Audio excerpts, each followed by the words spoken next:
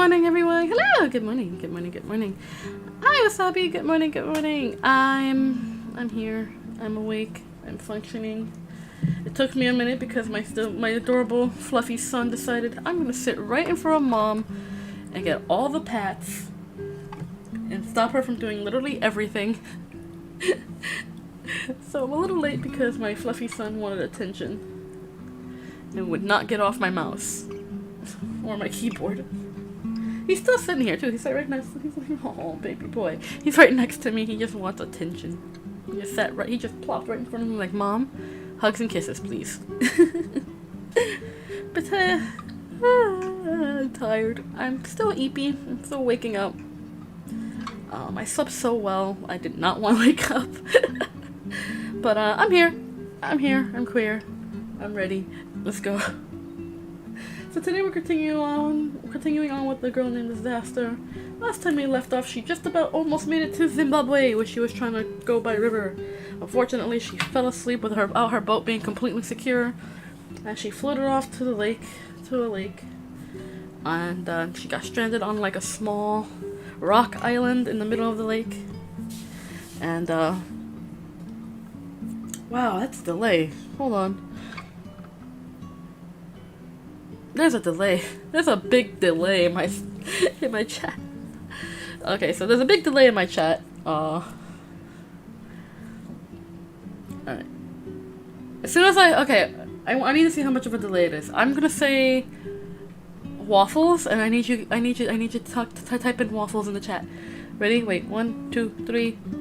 Waffles.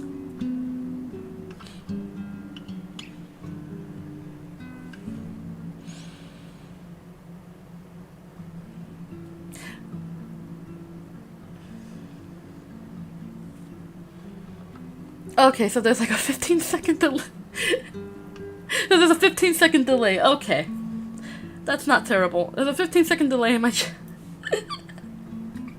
Thank you. There's a 15-second delay in the chat. Okay, so yeah, that sucks. Alright, but alright, I'm seeing the messages. It works. It's doing fine. Alright, so you're gonna continue on with the girl named Disaster. Yeah, we last left off. She got stranded. Our character Namo was stranded. And do I like waffles? I do like waffles. Do I like pancakes? I love pancakes. I like breakfast.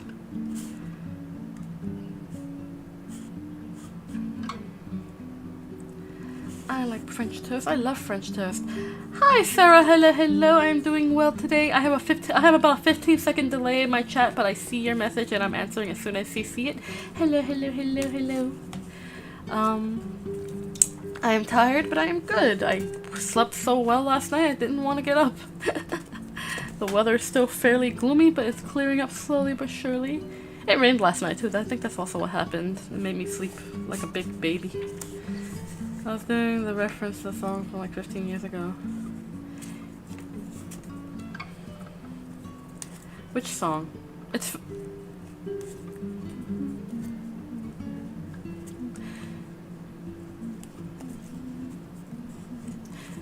I think I know what song you're talking about. It's in the it's like in the back of my brain.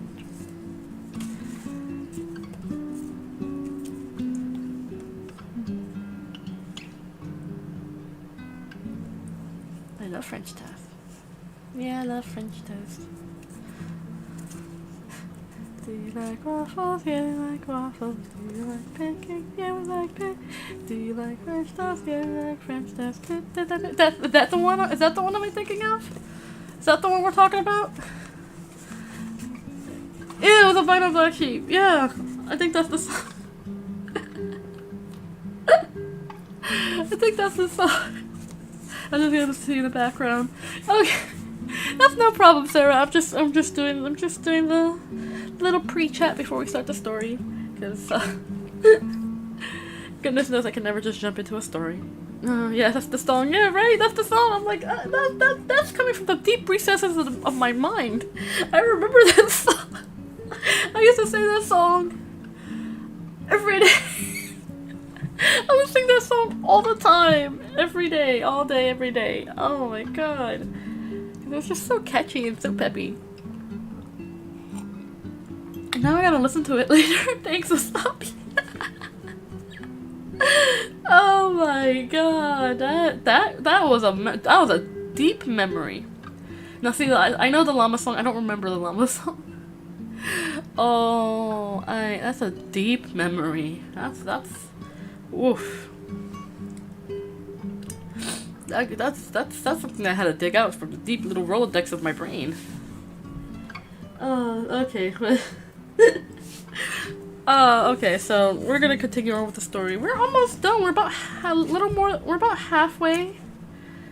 We're about halfway through the story.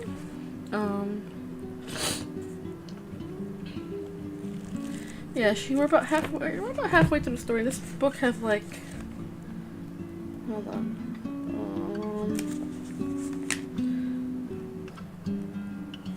42 chapters. The chapters are fairly short, so we're getting through them fairly quickly. We are now on chapter 17. So you guys kick back, relax, have a nice little snack, get comfy, cozy, and we're gonna continue reading. Okay. Chapter 17. Nama slowly dragged the boat down to the water. She rested frequently, having no desire to reach her destination, but she couldn't postpone the journey any longer.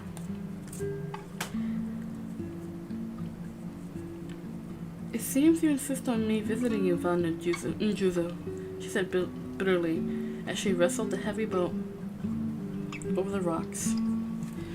It was early morning, when the water was generally calm. Namo floated the boat and walked it out of the shallows. On one side of the island was a field of dangerous rocks, and the other, as far as she could tell, was a deep, clear area. Namo didn't allow herself to think. She clambered into the boat, waited for it to stop rocking, and started out. She didn't allow herself to look back at the island. A pinch of the precious salt and a few bean sprouts filled her with energy for a while, but it wore off. For once, the waves remained small. Fortunately. Hello, Kakara. Hello. Good morning. How are you doing today? I am doing well. I hope you are doing well today too, friend. We started the story, so I hope you sit back, relax, have a nice little snack, get nice and comfy, cozy, and we can continue on. So enjoy the story, friend. For once, the waves remained small. Unfortunately, the still air brought a heat haze that covered the water and made it difficult to see very far.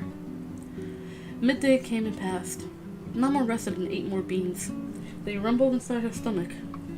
Long before sunset, Nama was too exhausted to row, so she brought the oar inside and stretched out with Aunt Chimple's scarf over her head. Mother, how will my spirit return to the village if my body is at the bottom of a lake? She asked.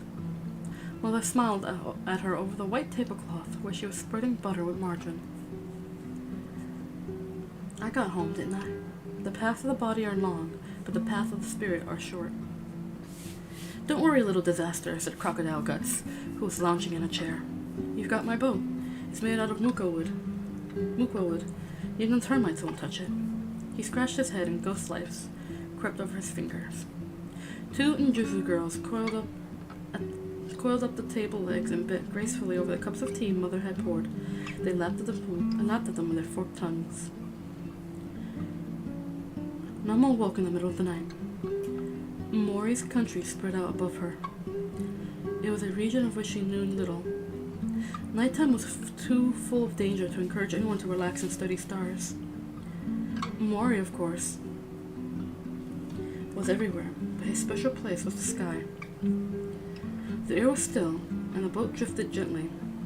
Nama thought about the dream. She knew that her spirit wandered with the ancestors when she slept. It made perfect sense that Mother would speak to her, but the presence of Crocodile Guts was puzzling. He wasn't a relative. Perhaps he was attracted by the boat. As for the snake girls, Nama would have preferred them to slither off to someone else's dream. Dawn came. She continued to rest. It seemed too much trouble to sit up and row. Where could she go, anyhow? The sunlight crept up behind Namo's head and finally bathed her in uncomfortable heat. The air was motionless. She covered her eyes with an unshaped scarf. Slowly, the sun rose until it shone directly on her face. She could see beads of brilliant light through the weave of the scarf. She attempted to paddle in the afternoon, but the oar threatened to slip out of her fingers. Namo gave herself up to the inevitable. Now and then she drank water and nibbled the rest of the beans and salt. At night she fell into confused dreams. How long has she been out here? How many times had the sun passed overhead? It was just peeping over the rim of the boat, although she had no memory of a dawn. Hi, buddy, what's up? He is nudging me, he is rubbing against me, he wants my attention. What's up, buddy? Hi, Beans, you too! Oh my god, it's a double whammy. How you feeling, Beans? You were a little sicky this morning. You had a nasty hairball even though our mama brushed you. Oh, here she comes curled up next to me. They like having my attention. Is that a dog? Nope, that's my Beans. She just kind of pushed her, pushed the pet brush. It made a weird sound. It's a wood pet brush, so it made a weird sound against the table. Hi, Beans, my sweet little Nana. Oh, what'd you see? Is that moth from last night? Guys, I had a big old moth in my room last night, and the kids went crazy. They went nutso. They were going jumping, and trying to catch the little. It was not so little. It was a huge moth. I was like, what the fuck? I have no idea where it went. I think it might be dead. So, I don't know. I haven't seen it since I basically went to bed last night. But it was a big moth. I was like, whoa, I've never seen one so big before. It was chunky. Did I eat it? No. I wouldn't know if I eat it. I don't sleep with my mouth. I do not sleep with my mouth open, and I covered my ears because I did not want to have a case of moth in my ear. That would have been gross. Ugh. But I don't know where that moth went. It's somewhere. It's probably dead. If it's dead, then that's fine. Have you ever squished a moth before and turned it into dust? No. That's some weird shit.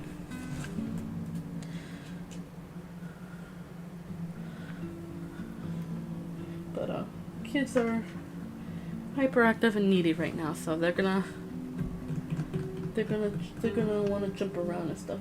I was thinking if the moth wasn't squished by the kiddos and it was dead, I could probably add it to my Renaissance Fair costume. I'm making a nature hat, and I already added rocks and moss to my little druid hat. And I think a moth corpse would be super neat. But I am doing well today. I am just tired.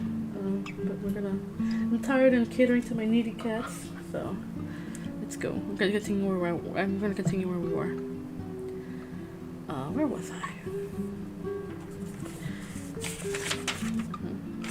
Here we go. And then it came to her that the boat had been drifting in the same direction all that time. It was moving towards the rising sun, which means the current was flowing east. All she had to do was paddle west, and eventually she would reach Zimbabwe. Namo sat up. Lights flashed before her eyes and her head swam. Oh, yes, I'm going to row to Zimbabwe. I can barely move, she thought. It took a while for the fit of dizziness to pass, and then her eyes couldn't focus.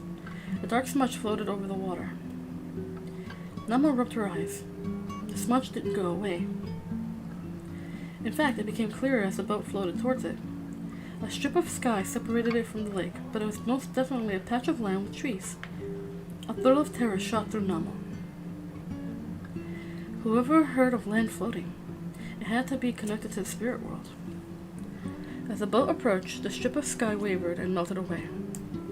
Suddenly, Namo realized she was looking at an island. She grasped the oar and was swept with another fit of dizziness. No matter. She began to paddle anyhow, trying to make out the island through the haze of light blurring her vision. The shoreline rose up steeply. Here was another problem. This island didn't slope gradually into the water. She couldn't see anywhere to tie up. On she went, bumping now and then against rocks. Even if she managed to tie up, she didn't think she had the strength to climb any cliffs. Namo prayed to her ancestors, and then, to be on the safe side, asked the Njuzo for help, too. She hadn't forgotten the strip of sky. This land might very well belong to supernatural creatures.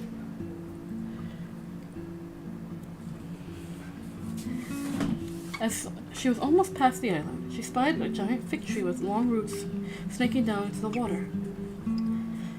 Namo made for it and secured the boat. She lay down to rest. The roots twisted and interlocked above her. They made a natural ladder and even provided a place to sit and catch her breath. It was perfect. I could build a fire, Namo thought. I could eat. Thank you, mother and grandfather. Thank you, great-grandparents. And of course, you too, Van and Injuzu and Va Crocodile Guts. I couldn't have done it without your boat. Namo thought about what she should do to express her gratitude. Beer was what one generally offered to the ancestors, but she hadn't learned how to make it yet. She did know how to make mahel though. She could use some of the cooked mealy meal and have it ready tomorrow. What would the Njuzu like? Here Namo was completely stymied. They seemed to have plenty of food and drink in her dreams. They had houses and livestock too. Really, it was difficult to know what such powerful spirits lacked. Then she had it. They liked jewelry. Snake girls had been covered in beads. Namo hunted in her stores until she found the beads from Aunt Shivai's bracelet. She looked at them sadly, remembering when she had gathered them up long after her aunt had thrown them away. They were one of the few remaining links to the village, but she must not be cowardly.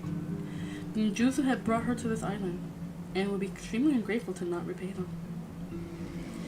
Namo closed her eyes and flung the beads into the lake. She heard a light patter as they struck water. I hope you liked them, she whispered. They were very beautiful.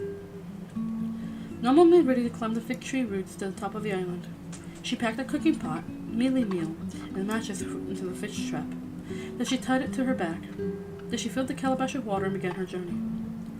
Step by step, with many rests, she worked her way to the top. The most difficult job was to keep the water in the calabash. She would have to work out a better method for transporting it. Namo fought against dizziness, but the promise of cooked food kept her going. She finally hauled herself over the top of the cliff and stopped, and stared open-mouthed. The island was covered with greenery as far as she could see, not with ordinary forest plants, but with tomatoes, mealies, and bananas. Namo's eyes grew wider and wider as she took in the unbelievable scene. Oh, thank you, she cried. She fell to her knees by a banana tree and began cramming the ripe fruit into her mouth. She forced herself to eat more slowly. Amboya said it was dangerous to eat too much after starving. Namo nibbled and waited and nibbled again. She ate some tomatoes next. They were little and egg-shaped, but not like the tomatoes they grew in the village.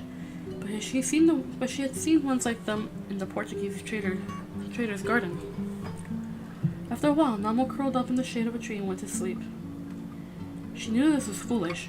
After all, she hadn't explored the island, but she was so weak she couldn't help herself. And besides, she thought as she snuggled into the grass, this place must belong to supernatural beings who wouldn't allow wicked things to stay. Hadn't it floated over the water? She woke shortly before sunset, found a rocky area to build a fire on, and prepared dinner. She added tomatoes for flavor. Before it got dark, she boiled water and added it to the leftover mealy meal. I am preparing mahil for you, of Vadzimo. Please understand that I am very, very grateful for your help, she said. Namo climbed down the fig roots and spent the night in the boat. The wind came up and tossed it around, but she barely noticed. Most of the island's trees were fairly small. The fig was the main exception. They were scattered here and there among the untidy stands of mealies, rotting pumpkin vines, and sweet potatoes. Namo found papayas, okras, chilies, onions, and peanuts as well. They were at all stages of development. The mealies grew in clumps as though they had been sprouted from entire ears dropped from unharvested plants. In some places, though, she could see evidence of systemic farming. In the center of the island was a ruined house, behind which stood a lemon tree. Namo walked around the structure. It was a square Portuguese house, not as grand as João Rosa's, but not small either. The windows were boarded up and the remnants of iron grillwork hung from the frames. A door stood slightly open, showing a dark and forbidding interior. Nama wasn't tempted to go inside. She fetched on a hill pot and sat under the lemon tree to think. Grandmother said this area had once been dry land, except for the Zambezi. The Portuguese dammed up the river and flooded the whole valley. Only the high hills poked out above the waters now. The villagers who had lived in the Zambezi Valley dug up bones of their ancestors and carried them to new places beyond the edge of the lake. It would have been unthinkable to leave those bones behind. The ancestors were as much of a part of the family as the children, and to abandon them would have been wicked beyond belief. The mud huts of the villagers would perish after several rainy seasons, but a Portuguese house was made of stronger materials and would survive, as this one had. The island was a part of an abandoned village, much like the place where Nama used to have tea with Mother. There were no baboons or porcupines or wild pigs to ravish it, as there had been in other places. As far as Nama knew, it contained no animal larger than mice, and the shore was too steep for hippos to invade. That was why food was still abounded. The place was part of the real world then, and not a supernatural realm. Nama felt relieved to find a logical explanation. It didn't mean her ancestors weren't responsible for finding it, though. She had no doubt that the spirit hands had directed the boat, but she was too weak to row. The mahi smelled delicious, but she wasn't even slightly tempted to drink it. The food was for the ancestors. She knelt under the lemon tree and clapped her hands respectfully. I have prepared this for you, O Vatsimo. When I get to Zimbabwe, I'll go to an Nganga and ask him to make a better offering with real beer and snuff. I hope you don't mind waiting. Please understand how very grateful I am to your help. As Nama spoke those words, she slowly poured the mahu onto the earth. It soaked in quickly. When she was finished, she sat back and smiled at the beautiful green island. The lonely sickness seemed far away at that moment. It was as though this place was filled with the presence of her ancestors. The paths of the body were long, but the paths of the spirit were short, and the Vatsimu had gathered to witness her gift and to protect their wandering child. Chapter 18. Let me have some coffee real quick. Coffee. No matter what kind of day it is, I'm always going to have me my coffee. Although I think I prefer iced coffee better.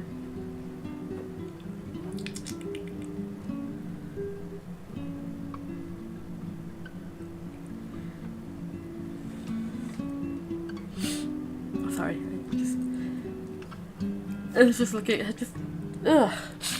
had like, I don't know why I said looking. I think I'm having a sneeze coming on. I'm trying to.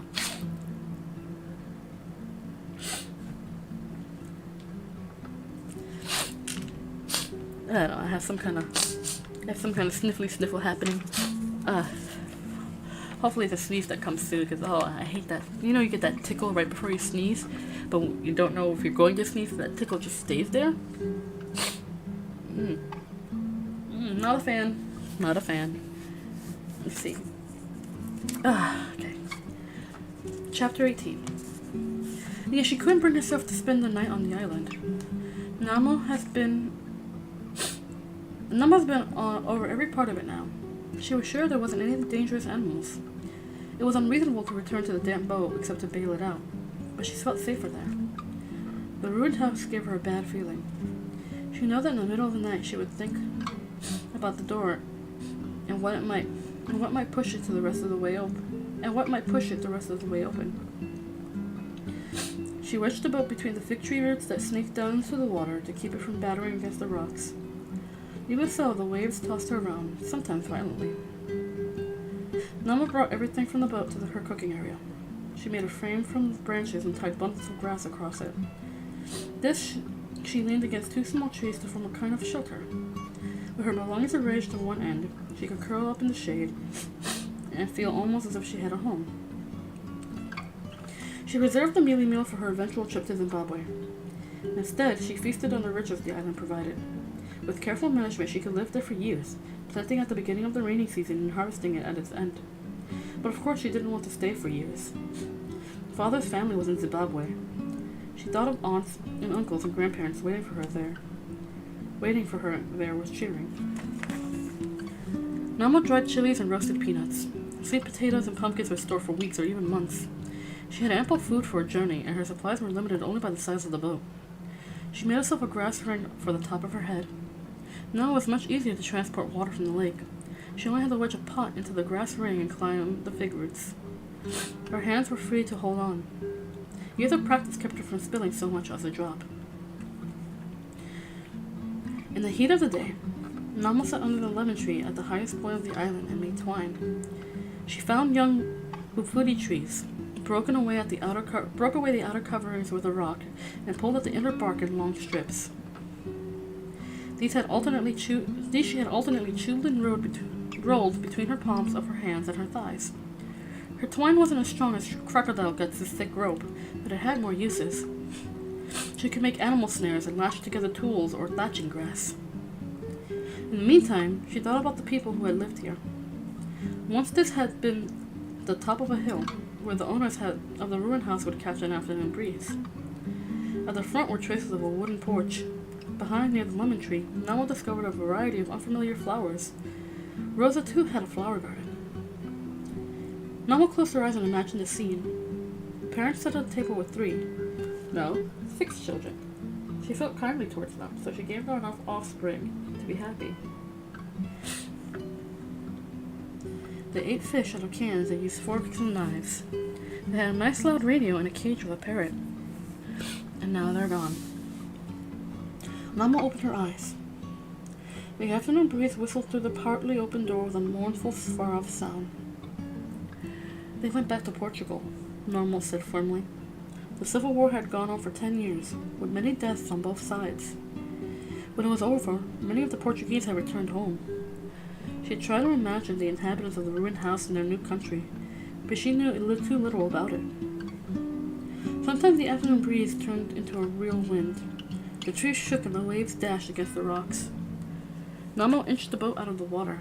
She had regained her strength, but the craft was still too heavy for her to lift. She wrestled it into a tangle of fig roots. It was safe there, but far too unstable to sleep in.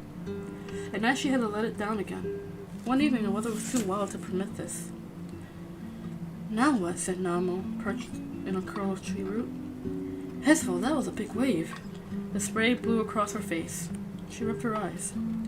Twilight didn't last long, and already the lake had turned dark blue. The first stars were appearing in the faded light of the sunset. Namo checked Crocodile Guts' rope again and the smaller rope she had made. The boat was tied as well as she could manage, but it wouldn't take her weight. I'd better find a bed before it gets completely dark, she sighed. She climbed back to the place where she did her cooking. The fire was never allowed to completely die, and it took only a moment to blow the coals into flames. The wind threatened to scatter the fire. Namo rolled rocks around it for windbreak and tucked her jars, a half box of matches, and supplies into a crevice between 2 boulders. She hated being so exposed. She tied the grass shelter more firmly to the tree and crept as far inside as she could manage. It was still unpleasant. The wind seemed like a living thing determined to drag her out of her hiding place. She remembered that the Njuthu sometimes traveled as whirlwinds. Please don't carry me off, she prayed. Far off she could hear the waves splashing and, if she concentrated, the voices of the Njuthu as they went on about their business in the water. Nama laid wakeful and nervous for a long time. After a while, she dragged another log onto the fire and retreated to her shelter to sleep. She was in the girls' hut. Tasviona had little lamp, and she could see everyone's faces in its feeble light. Masvida, Ruva, and the others sat in a circle, waiting expectantly. Go on, Namu. Tell us a story, whispered Masvida. A scary one, said Tasviona. Nama held up her hand for silence. Oh, excuse me. That tickle is still there. Nama held up her hand for silence. In the forest, in the deep, deep forest, lived an old, old woman. Go on, whispered the girls. She wore no clothes. She didn't need to. Go on. Her breasts were so long, she could wrap them around herself, round and round like a blanket. Huh? murmured the girls. Her name was Longteeth. When she got pregnant, she didn't give birth to babies, but swarms of locusts. Go on. They ate everything. The plants, the houses, the stored grain. They even fastened onto the cattle and drank their milk. Horrible, horrible, responded the girls. Nama went on with the tale of Longteeth, who, when she wasn't giving birth to locusts, was finding children to devour. Rura had hid her face in Masvita's lap. Afterward, Nama had to go outside. To her surprise, she didn't see the village at all. She was in a strange place where the trees tossed in a high wind. Whoof went the wind, moaning over the rocks. She tried to return to the girl's hut, but it had vanished. In its place was the black outline of a square house, a Portuguese house. Its door creaked on its rusty hinges. Inside the house, something moved. Something put its hands on the rusty door and flung it open. It was Longteeth. She sprang outside, wielding a giant knife, a panga. Who's going to be my next meal? She cackled. Who's going to sweeten my cooking pot? Namo screamed and ran down to the lake, where the boat lay smashed to bits, and the Injusa girl swam among the pieces in the pounding waves. Yeah! Screamed Namo. The wind had torn away the grass shelter, and she was exposed. She grabbed a burning branch from the fire and backed into the crevice where she had stored her belongings. The flames danced, the trees groaned. Oh, mother, protect me, cried Namo. Oh, grandfather, help. She trembled like a calf confronted with a leopard. Who's there? Whistled the wind over the trees of the rocks. I didn't know this was your island, whimpered Namo. I'm sorry I ate your vegetables. Please don't eat me, Van Longteeth. She crouched down and remembered the zongo, the charm against witchcraft that Masvita had tied around her arm so long ago. She always removed it to bathe or swim, but carefully replaced it when her skin was dry. Now she felt it beneath her fingers. The zongo bristled with tiny bones and feathers, a comforting shape that spoke of powerful charms. I am Namo, your child, she whispered to her ancestors. I gave you my home when you brought me here. Please tell Longteeth to leave me alone. The wind gusted in a new direction, blowing from the jumbled saplings on the far side of the island. She smelled mutarara, a wild gardenia. What was it grandmother had said about the mutarara? Its branches were very thick and complicated. It was used to keep away leopards and she almost had it, to keep witches from plundering graves. That was it. Uncle Kufa had put gardenia branches on Vatete's grave. Ah, her ancestors were sending the scent of mutarara to her to confuse Longteeth. The old witch would stumble into a sapling grove and fall over a cliff, Namo hoped. Sometimes the winds blew away from the grove and sometimes towards it, and gradually the wind's fury died down. The sky changed from a black to a wash of deep blue. Namo was wedged so far into the rock crevice her hips were bruised. She wiggled out when dawn was near and rubbed her body to get the stiffness out. The sky brightened rapidly. Soon she was able to see the green of trees and brown of bark. Namo huddled next to the fire with her hand on the zongo. Finally, when the sun cast blue shadows through the trees, she carefully made her way to the fig tree. The boat was unharmed. It had tipped sideways, but since it was empty, nothing was lost. So that part of the dream wasn't true, she said. Maybe Longteeth wasn't real either. But Namo knew that dreams always had some significance. The ancestors were telling her something was wrong, or perhaps that they merely wanted her to stop putting off her trip to Zimbabwe. Namo climbed down and checked the ropes holding the boat. The waves were higher than she liked, but safe enough. Holding onto a fig root, she got to the water and refreshed herself with a quick swim. I can't stay here anymore, she said as she feasted on bananas and roasted yams by the fire. I agree, said Mother, who was sitting under a tree. I'm afraid, though. What if the wind comes up while I'm out of the water? You have the best boat in the country, boasted Crocodile Guts from his perch in the rocks. It's made out of muka wood. Even the Injusa can't sink it. The Injusa like you. They don't think much of me, pointed out Namo. Still, she had to admit that the snake girls were friendlier than Longteeth. After breakfast, Namo began selecting things to take with her. It would take careful planning. She didn't know how far she had to go, but she didn't dare load the boat too heavily. By afternoon, the wind rose, and she realized it would be impossible to sleep in the lake. The thought of another night on the island was depressing, even if Longteeth had only been a bad dream. I'll put a barrier of Mutarara branches around my bed, she decided. Now across the island, skirting a clearing where the Portuguese house stood. She didn't like to go that way, but it was by far the quickest path to the sapling grove. She glanced nervously at the house and almost fainted. The door was standing wide open. Mama wanted to scream. If she spent the night within the reach of that open door, she would be nothing but a pile of bones and gristle by morning. "Oh, what will I do?" she moaned. "Close the door," whispered Mother. The suggestion made sense, except when Namo thought about actually doing it. The afternoon sun shone directly into the dark opening, but she couldn't make out anything from that distance.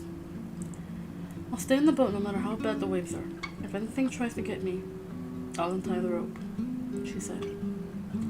"I would never sail in bad weather on purpose, little disaster," warned Crocodile Guts.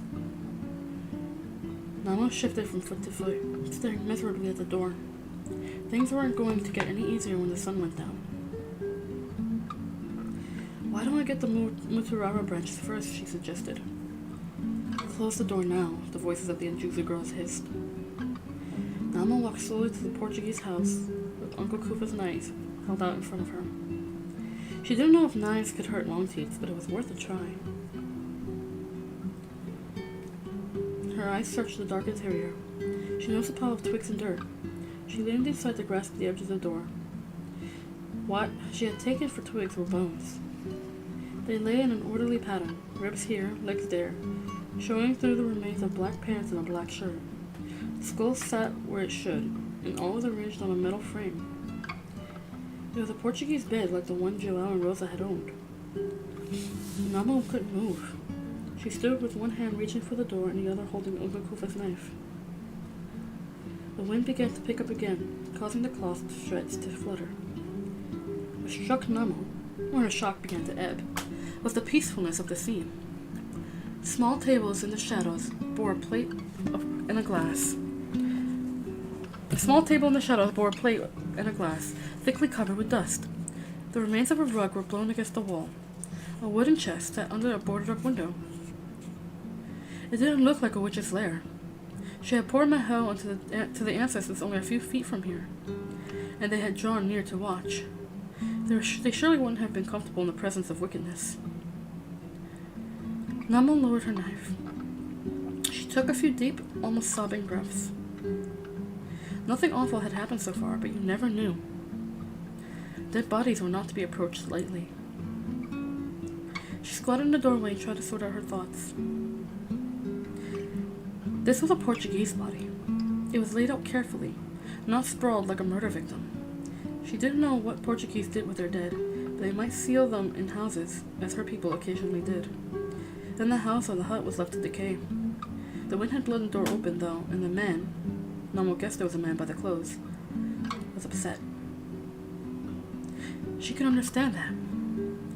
The witch might get interested in an unguarded body. The man's spirit was worried, and he had sent her the dream to tell her about his fears.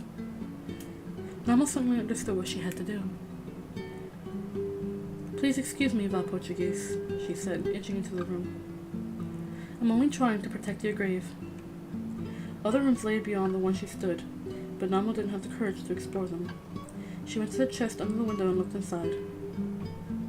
She found more black clothes and a necklace of beads with a cross attached. Ugh, it was another portrait of that Jesus Ngozi. She dropped it at once. She found books with no pictures, a tobacco pipe, bottles with beads inside. Nothing she could use. Then she saw a glint of metal in a heap of rug fragments. It was even better than she had hoped for. It was a big, beautiful, strong panga, the perfect tool for cutting Mutarara branches. She hurried to the sapling grove before the sun had gotten any lower. She sharpened the knife on a convenient stone and began hacking at the gardenias, scratching herself on the thorns. She worked as though possessed, and maybe she was possessed. Namo had never been taken over by a spirit, so she didn't know what it felt like. She carried the branches to the house and went back for more. She wanted enough to protect herself as well. She also found an uprooted small muzeze sapling covered with bright yellow flowers. She laid gardenias across the bones, and because she thought it might scare off long teeth, draped Jesus and Gozi on top. She closed the door tightly, placing more branches in front of it. Last of all, she used the muzeze roots to sprinkle water around the outer walls. Namo had seen Ambuya do this around Aunt Chippo's hut after Latete's body had been removed. It ensured that the wandering spirits stayed where they belonged. Namo went back to her cooking area and made a barrier around the place where she intended to sleep. This too she sprinkled water with the mezuzah roots. By now the sun had set and the wind was again tossing the trees. Namo built up the fire. She ate roasted yam and mealies. She laid down in the mutarara ring with a nice warm feeling that everything had been done properly. Isn't it lucky I watched grandmother so closely? She congratulated herself. I could have spent every night on the island if I remembered about witch repellent sooner. Then she realized that she hadn't returned the panga to the house. It was lying under the lemon tree, where long teaks could find it. Sometimes I think I was given the right name, Namo sighed, although stupid would have done as well as disaster. Don't worry, Mother said kindly. The mutarara will confuse long teeth so much she'll walk right over a cliff, and the winds will blow her away. I hope so, murmured Namo. The bed was hard. As she stretched her toes out, they met gardenia thorns. In spite of everything, she fell into a deep, dreamless sleep and woke long after the sun had lifted from the edge of the lake. The wind blew steadily for one more day. Namo waited 2 days longer to be sure the weather had calmed. She gazed intently across the water to find signs of land. When the wind blew, she thought she saw a shadow to the east, but calm air brought a haze. Perhaps there was another island. Perhaps not. At any rate, it wasn't the right direction. She had no more bad dreams, but the presence of the grave had spoiled the island for her. The panga lay where she had dropped it. It was more than 2 hands long, with a curved blade. Even Uncle Kufa hadn't possessed anything that fine, and it seemed a shame to leave it behind. It was, however, the property of the Portuguese spirit. The correct thing, of course, would be to open the grave house and throw it inside, but Namo didn't want to touch the door. The exorcism ceremony had worked so far. Why stir things up? She wetted the knife on the stone and polished it with damp leaves. Ah, it was a beautiful thing. She laid it next to the cook fire. All the supplies were ready to load early in the morning. Namo fixed dinner and retired to her nest. I'm leaving the panga where you can get it, she informed the Portuguese spirit. Of course, it would make an awfully nice gift, if you didn't mind, in return for protecting your grave from long teeth. Not that I expect payment. You've already let me stay on your island. I don't think I'm not grateful, but if you don't need the knife, I could certainly use it. The wind was perfectly still this last night. She could hear the water lapping in the distance. Longteeth had blown away, no doubt searching for another grave. The Njusu were coiled up in their houses at the bottom of the lake. Early next morning, Namo sat up and looked around. A chill, blue-gray light filtered down from the sky. The trees were silhouetted beyond the rocks, and she could see the clefts where she had hidden from the witch. Stores of cooked and raw food laid in makeshift baskets, Namo had been able to produce. The island didn't provide good weaving material. Shining dully, the panga laid on the other side of the clearing. The middle of the blade had vanished. Namo rubbed her eyes.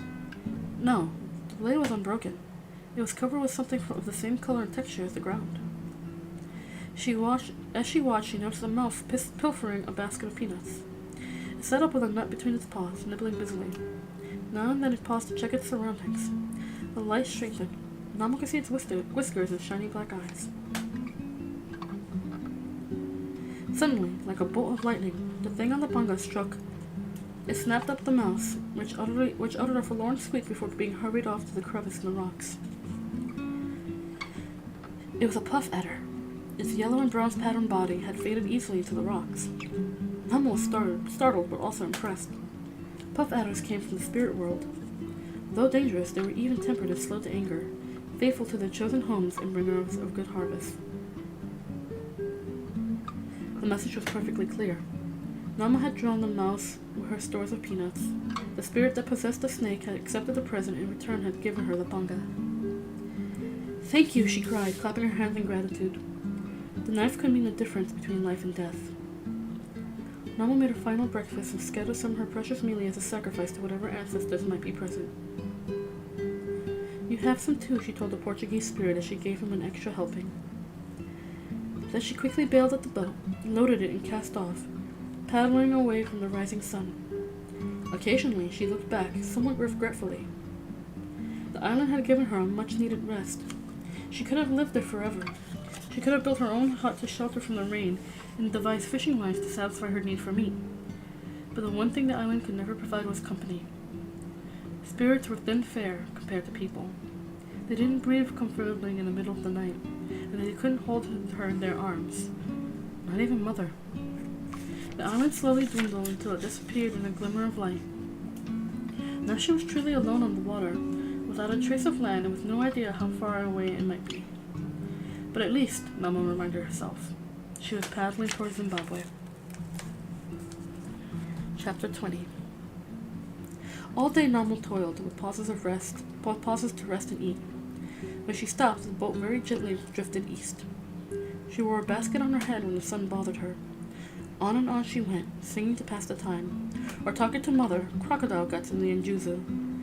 Eventually she got so tired she couldn't do anything except doggedly move the paddle, first one side then the other. She had hoped to find land before sundown, but she didn't. It was difficult to see when she was crammed down next to the water with all her stores. "I wish I could climb a rock," she grumbled. The light reflected off the lake and hurt her eyes. Sometimes the horizon disappeared in a confusing glimmer that seemed to be neither earth nor sky. Nama found this extremely disturbing. "I think it's the opening to the Njuzu country," she said. She told Mother. "I don't care what crocodile guts say. I intend to stay away from it." Fortunately, no matter how vigorously she paddled, the opening never got any closer. When it was too dark to be sure of her direction, she brought the oar inside and wriggled down between the baskets of food. She ate peanuts, roasted yams, and tomatoes. The boat gently floated back the way she had come. Before dawn, Nama began again. At mid-morning, she found a little line of trees protruding from the water.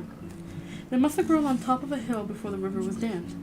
She stayed there the rest of the day, resting and treating herself to baths. She could see a definite shadow now to the north. It was far away, hardly a smudge on the horizon, but clearly something other than water. That must be the north shore of the lake, Nama decided. I ought to keep going west, though. She debated the problem for the rest of the day. It can't make any difference whether I follow the north or south shore. I'll still be heading for Zimbabwe. You'd be safer closer to land, Mother agreed. "You forgot to bail out the boat again," complained Crocodile Guts. "Next time I'll lend it to somebody else." Nama hurried to placate the irritated fisherman. The smudge had disappeared in a haze by morning, but she soon found it again. Nama pressed on, watching the smudge grow into a definite strip of land. At nightfall, it was still too far to reach. "Stupid water," she shouted at the lake. "Why can't you float in that direction for a change?" Her legs ached with the need to walk on solid ground. Her body was hot and sticky, and she was beginning to feel hysterical. Nama spent half the next day recapturing the distance she had lost. But she still hadn't reached the land by nightfall. It stretched away from a headland and was covered with tall trees. Nama burst into noisy sobs. "Nobody wants me to reach Zimbabwe. Nobody cares what happens to me." Between fits of weeping, she ate cold cooked yams, which were beginning to taste moldy, and peanuts. Some of the peanuts had worms. She chewed them up before she realized it. "Horrible," she screamed, spitting out the vile mix. "Oh, I wish I was dead." She threw herself down, beating the hull of the boat with her fists and howling insults at the lake. Eventually, she fell asleep in the remains of her tomato basket, with the juice soaking into her dress cloth. Sometimes during the night, she awoke with a strange feeling of peace. "I don't really think your lake is nasty," she assured the Njuzu. She didn't want to anger them when they had been keeping the water calm. The land was farther away at sunrise, but it looked reasonable. Namo had something far more momentous to deal with, though. Her legs were streaked with blood. During the night, she had become a woman. I'm a Mahandara now, just like Masvida, she told Mother. She smiled at the shining water and tantalizing strip of land. She was someone important now, a future ancestor. She had proven her willingness to bear children. She wouldn't have a party, but that didn't take away from the importance of what had just happened. When a girl becomes a Mahandara in the village, they say she has crossed the river into womanhood. I'm the only girl who ever crossed the whole lake, Namo boasted. She tore the red marriage cloth into 3 wide strips and folded them around grass from her bedding to make pads. She held them in place with twine tied around her waist. Later, she would hunt for wild cotton to use instead of grass. She began paddling with new spirit. On the way, she made up a song.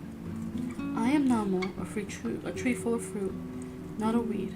Pay attention, little girls, I am a woman now, and I am allowed to scold you. My pots will be stronger, my baskets finer. The roofs of my house will not fall in. I am Namo, a mighty woman, for whom crossing a measly river was not enough. By midday, she neared the land. It should have stretched east and west, but extended north instead. The view south was blocked by a headland. This was somewhat puzzling, and probably at the mouth of the river, Namo decided. She tied up to a convenient tree on a small island offshore. My wee, it feels good to stretch her legs. She squatted by the water to douse herself with the calabash to wash out her dress cloth. Then she touched her toes and wriggled her shoulders to take the stiffness out of her body. She spent the afternoon lounging in the shade of a tree. Before dark, Namo hunted for a sleeping site. The lakeward edge of the island was steep enough to discourage hippos, but the landward side sloped gently into the water. As Namo climbed over a rock, she saw something rise from the ground and hurl itself into the lake. It was a crocodile. She hastily retraced her steps. She had felt safe in the deep water. Now things were back to normal. She had been extremely lucky the crocodile had been watching her bathe. Feeling irritated, she resigned herself to another uncomfortable night on the boat. The yams were definitely moldy now, and she was sick of peanuts, but she had come to land safely, and became a woman. All in all, it hasn't been a bad day, Namo told Mother. Chapter 21.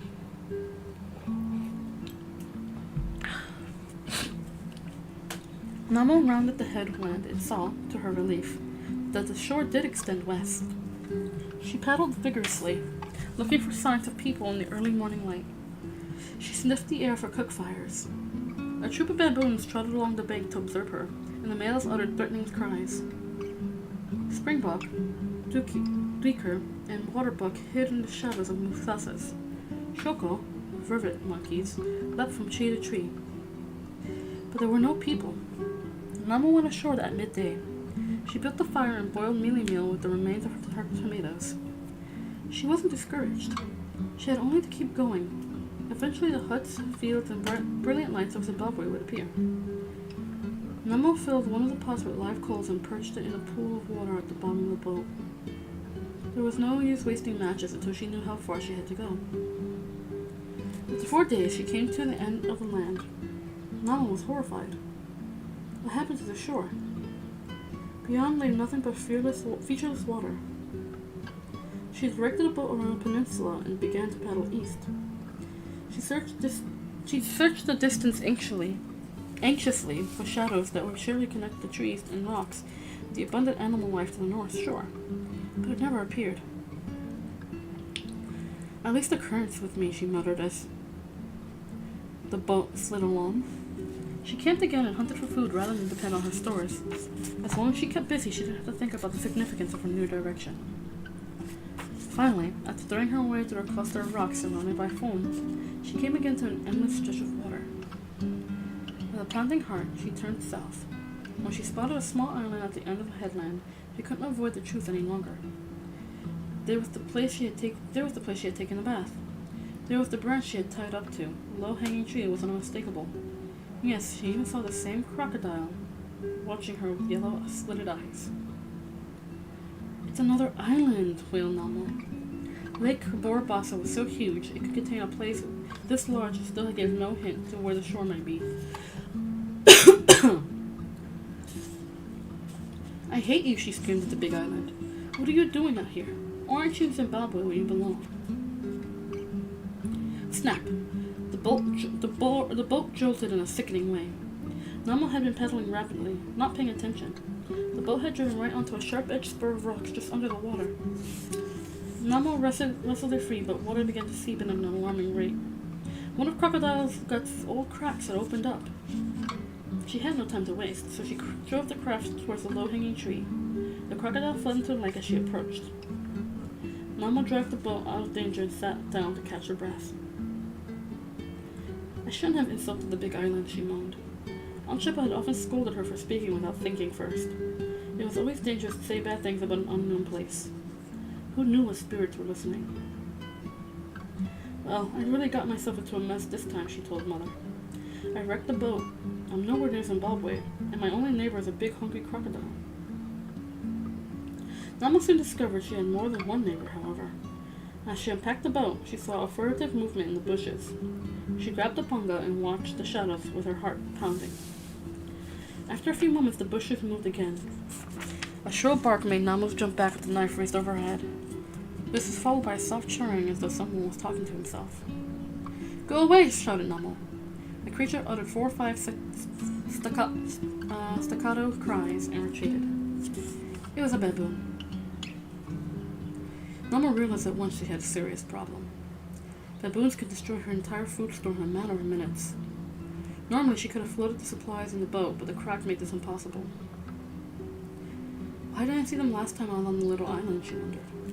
They must have been watching her from the trees. It was still morning, so she kindled a fire from the pot of coals and roasted yams while she thought. Baboons hated to cross water, she knew. They avoided it for the same reason people did. Crocodiles lurked under the surface. Namo considered the lines of rocks between her and the large island. It would be just barely possible to leap from stone to stone, if you were a baboon. A person couldn't do it. But why go to the trouble? The little island was too small to feed a troop. Namo ate the yams with an uncomfortable feeling that she was being observed. She turned quickly. The bushes moved as though something had recoiled, and she hurled a rock at it. She moodily watched the flames die down. A termite mound rose not far from where she was sitting. I could fill the crack with clay, Namo suggested. It's worth a try, said Mother. Of course, it would be better if I could bake the boat like a pot. Don't you burn my mukwa wood, Crocodile cried. He stood in front of the craft to protect him. Namo chipped off a portion of the termite nest with Uncle Kufa's knife, while watching carefully for the mambas that inhabited such places. She crushed the clay between 2 rocks and made a thick paste of water to smear over the outside of the boat. She'd have to wait for the seal to dry. Go away, she screamed, hurling a stone at the baboon. He had almost reached the food stores. She rained missiles at him as he scampered clumsily to a tree. He clambered to the top of the branches and hooted at her with a grimace of fear. I don't like you either, yelled Namo. She noticed that the baboon's tail ended in a lumpy scab. Something had recently chopped it in two. His left hind paw was twisted out to one side like Taziano's foot. It looked like a birth defect, not an injury, so it could have been caused by a witch. Did baboons even have witches? The longer Namo studied the miserable creature, the more certain she was that he was the only member of his troop on the island. He was too nervous to have companions. By now she should have heard the barks of other animals.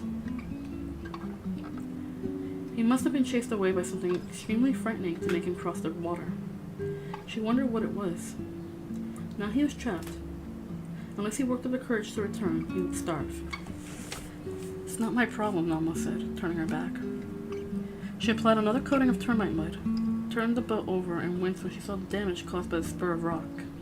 Outside, the crack was tiny, but further in, it grew as wide as her little finger. She forced clay into the opening. One baboon wasn't a serious problem, especially such a timid one. He wouldn't forage at night. The crocodile might be out after dark, but it wouldn't be interested in her food stores. Although I'm sure it would be delighted with me, Namo said bitterly. She built a large half-circle of fire in front of a rocky bluff, where crocodile wouldn't attempt to crawl over hot coals. The baboon would spend the night cowering in a tree. Feeling reasonably safe, Namo settled down inside the half-circle of fire, with her head on the shrinking mealie bag. She stared up at the stars as she thought of the story to tell Mother, whose jar rested at the base of the cliff with the rest of Namo's belongings. Once upon a time, there was a man with 2 wives. The senior wife, whose totem was the baboon, gave birth to many daughters. But the junior's wife, whose totem was the zebra, gave birth to many sons. Because of this, everyone treated the junior wife with greater kindness and respect. The senior wife was so unhappy she became thin as a rake. In our family, Namo remarked to Mother, grandmother only had daughters, and no one complained about it. At the thought of Ambia, Namo felt such a wave of lonely sickness sweep over her. She had to swallow hard several times to keep from crying out loud.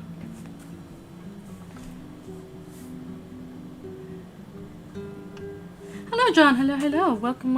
I just saw your message, friend. I just got caught up in reading. I hope you're enjoying the story, friend, and I hope you're having a lovely day.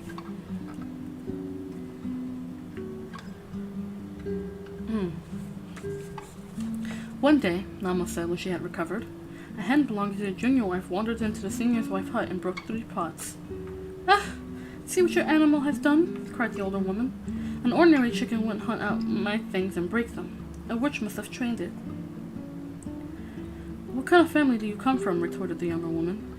Your father begged on the roads, and your mother's ruro was a basket of stale millet. My ruro was a herd of fine cows.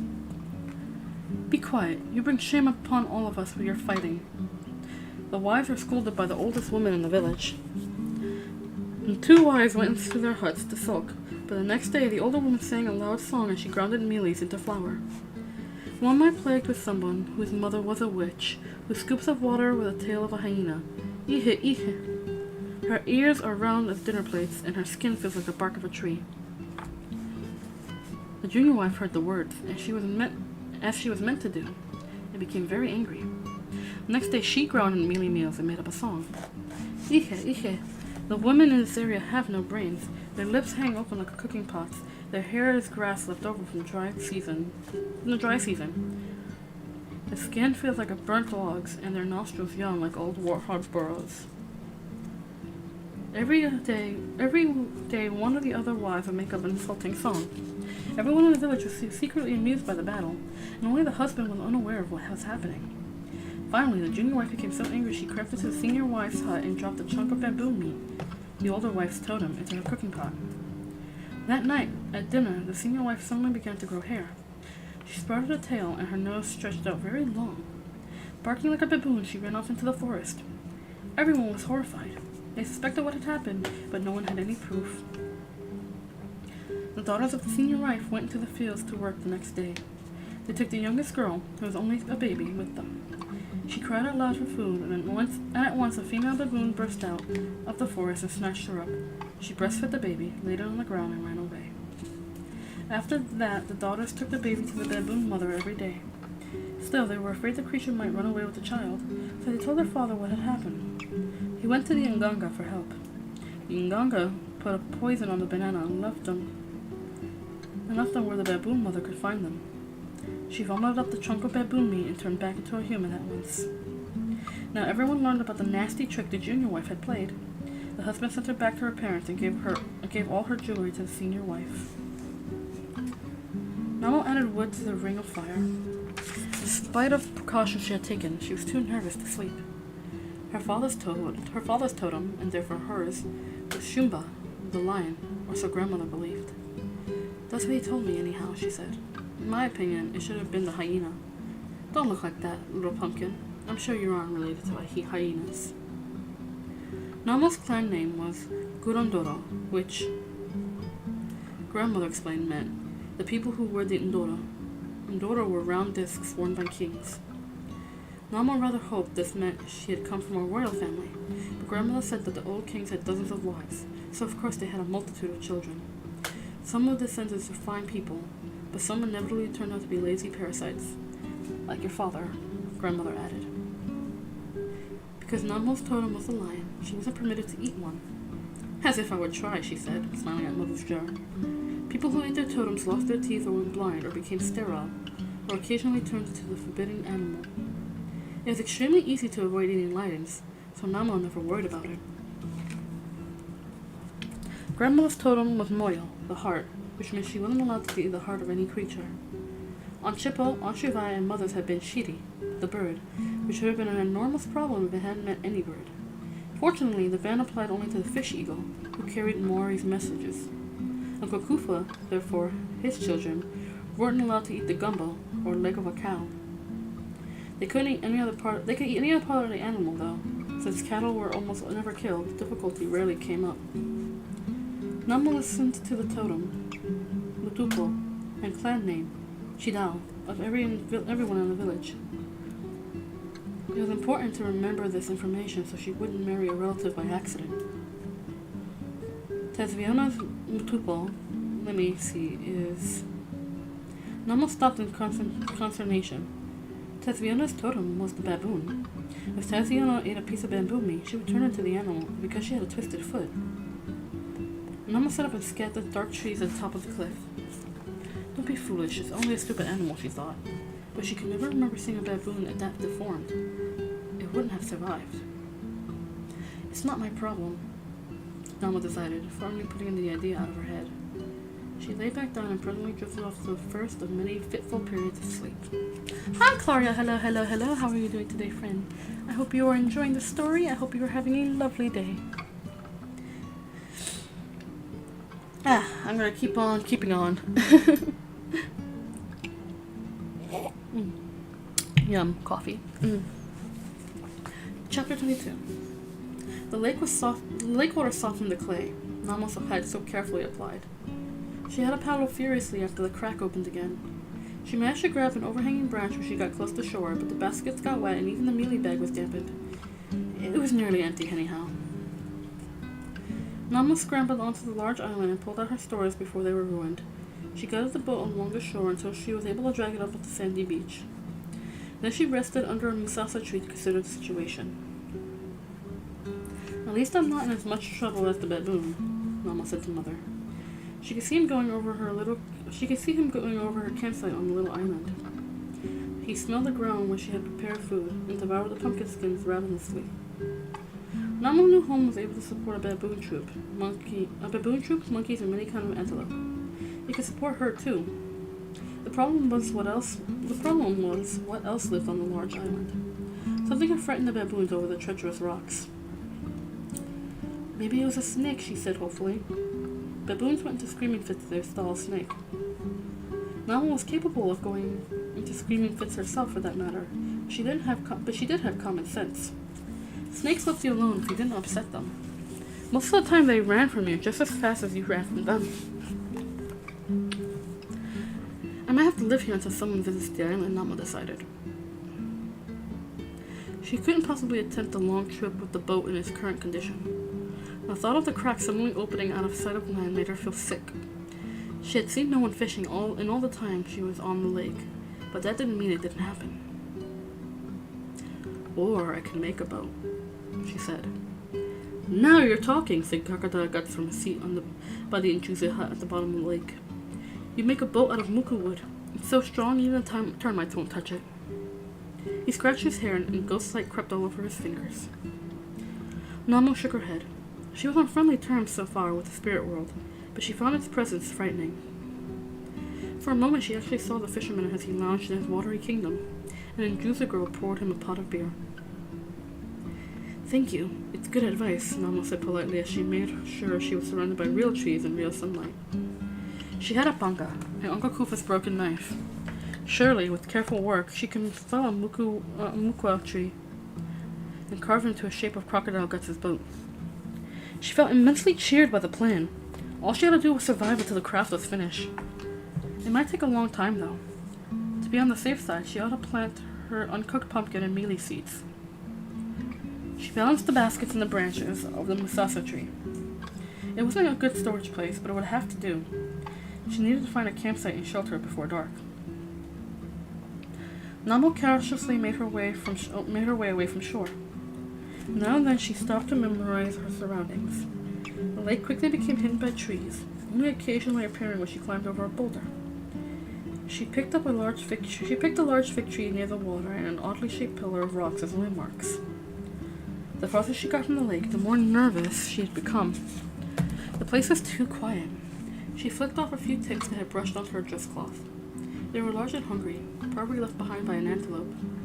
She could see more of them clinging to the grass, waiting for dinner. She found a game trail that meandered until it met a wide grassland divided by a stream. Beyond rose a sizable cliff topped by trees. She made out the prints of kudu, waterbug, and duiker that displayed marks of guinea fowl, the looping trail of burrow lizards. Nothing dangerous. The stream, lined with bushes and small trees, rushed along with a lively chuckle. The water was too shallow to hide crocodiles, so Nama sat down for a drink. It was clean and surprisingly cool. She washed her face and arms.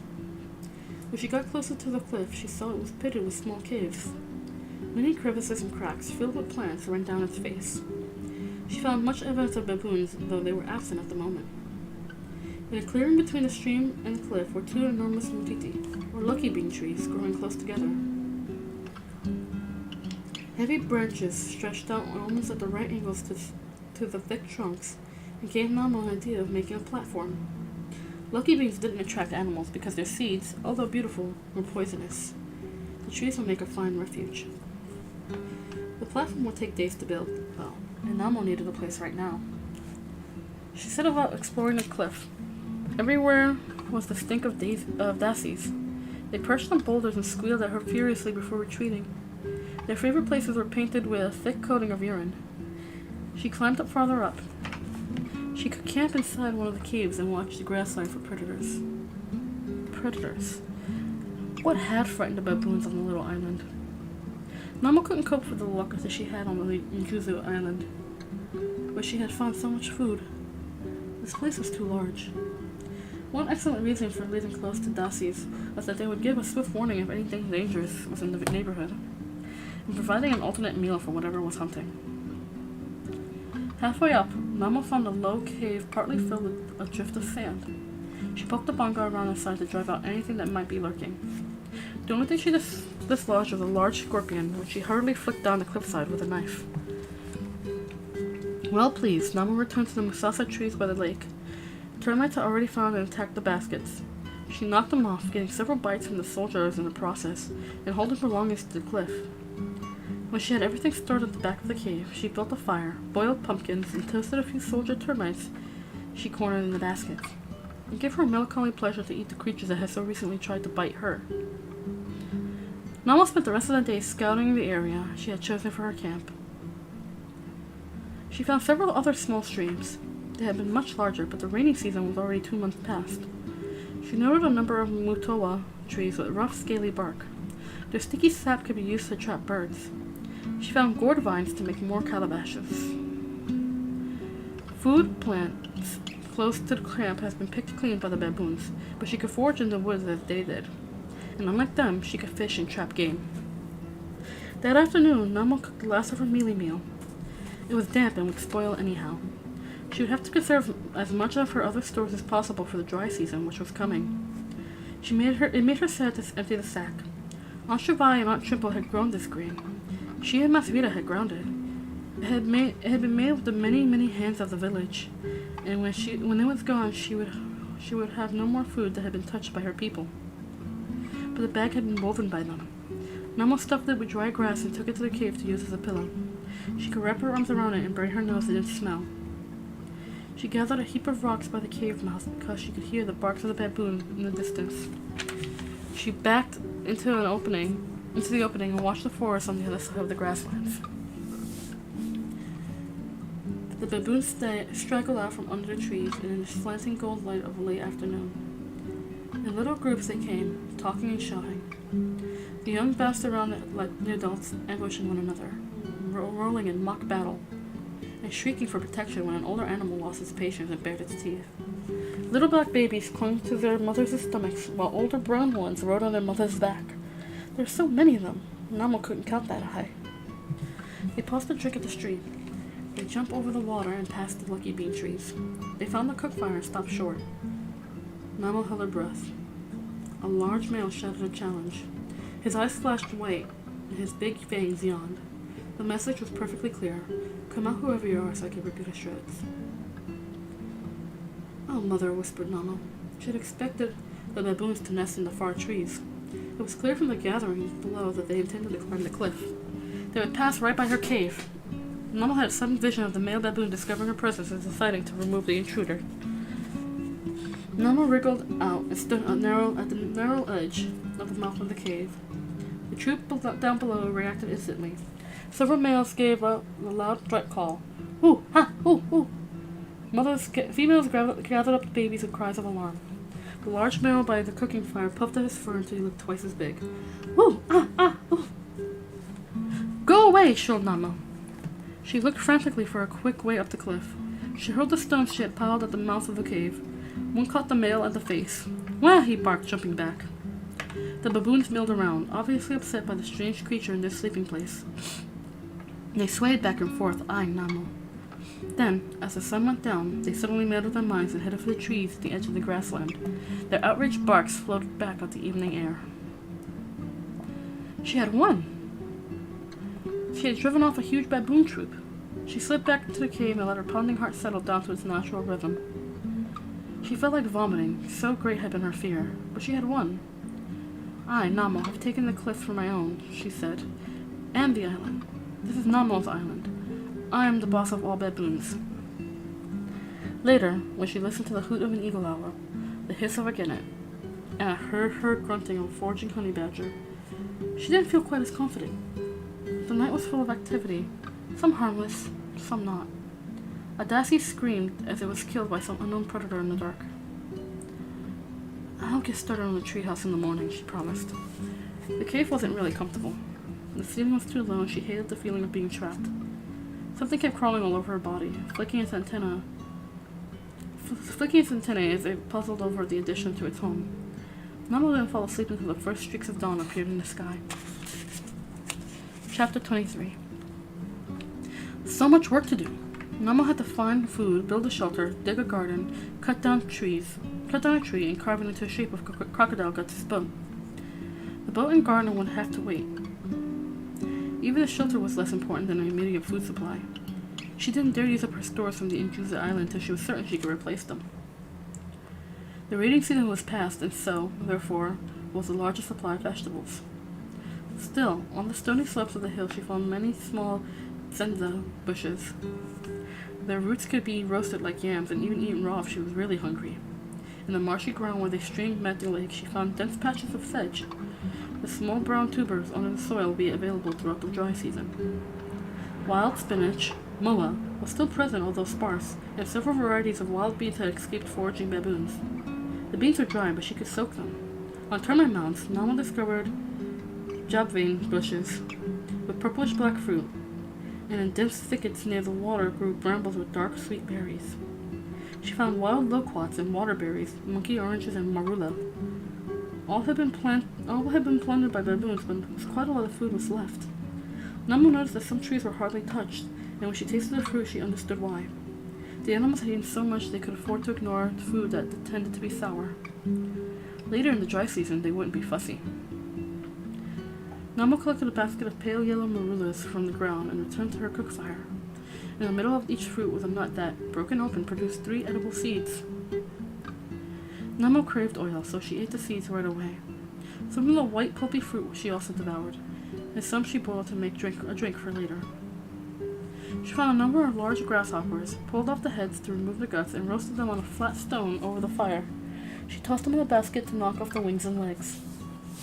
In the afternoon, Namo harvested gourds to turn them into calabashes and storage pots. She cut slashes into mutowa trees and collected a ball of sticky sap. She hacked off the outer shell of the mufudi tree and began peeling off long strips of inner bark. By sundown, Namo was exhausted. She laid in the mouth of the cave and wearily chewed and twisted the bark strips into twine. The bark tasted good, like raw beans, and gave her the illusion she was eating as well as working. The cries of the baboon echoed in the trees across the grasslands, but they didn't attempt to approach the cliff. In the middle of the night, the unknown creature came out of its hiding place and whisked its long antennae over Namo's legs. Day after day, Namo toiled. She smeared bushes with the sticky matola sap and baited it with termites. In the evening, she harvested small birds when she gutted, wrapped in clay, and baked in coals.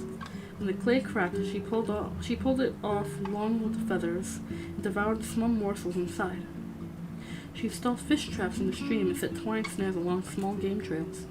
She caught cane rats, squirrels, and hares.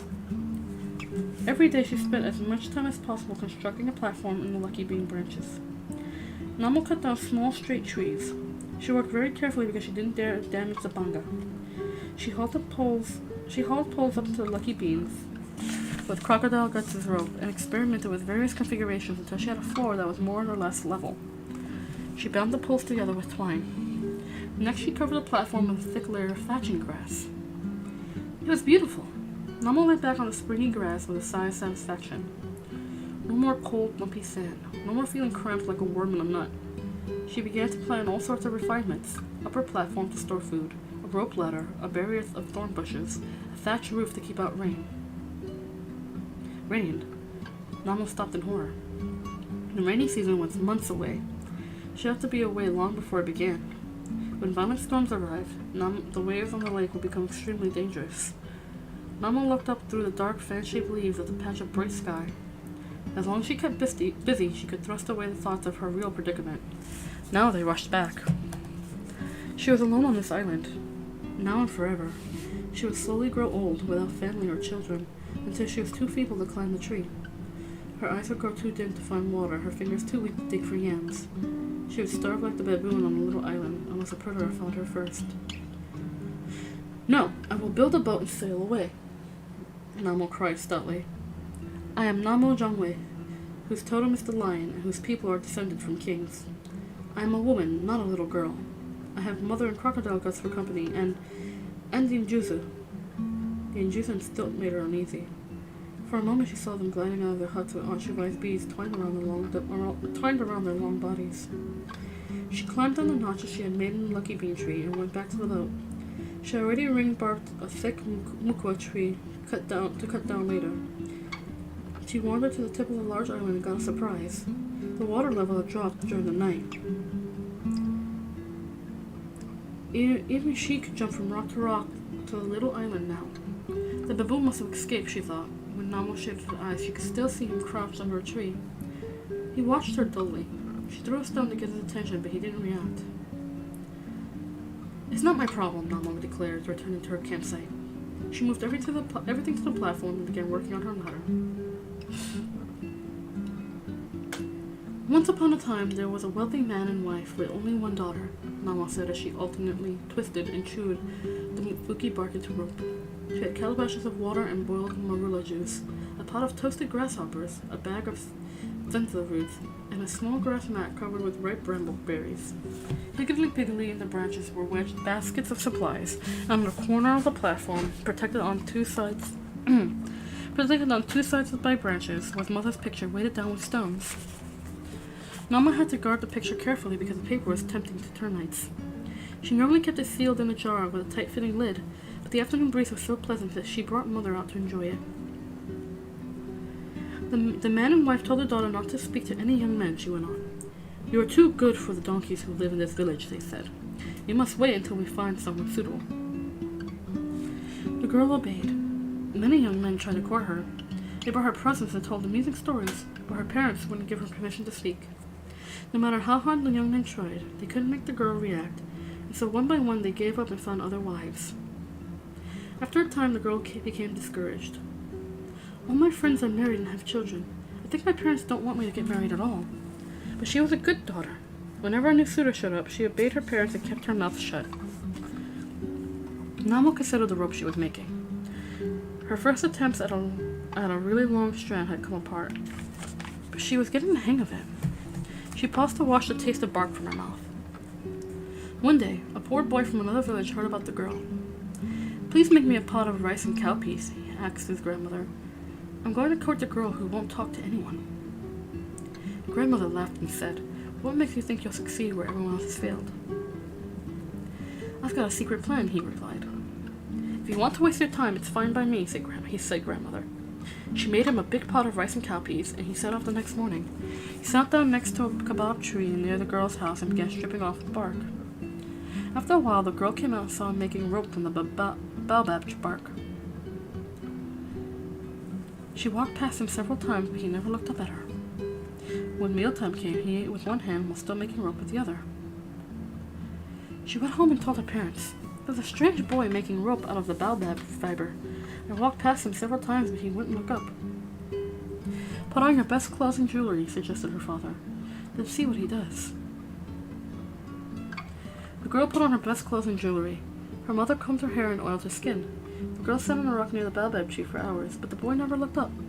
When dinner time came, he ate rice and cowpeas with one hand while making rope with the other. I knew it, cried the girl that night.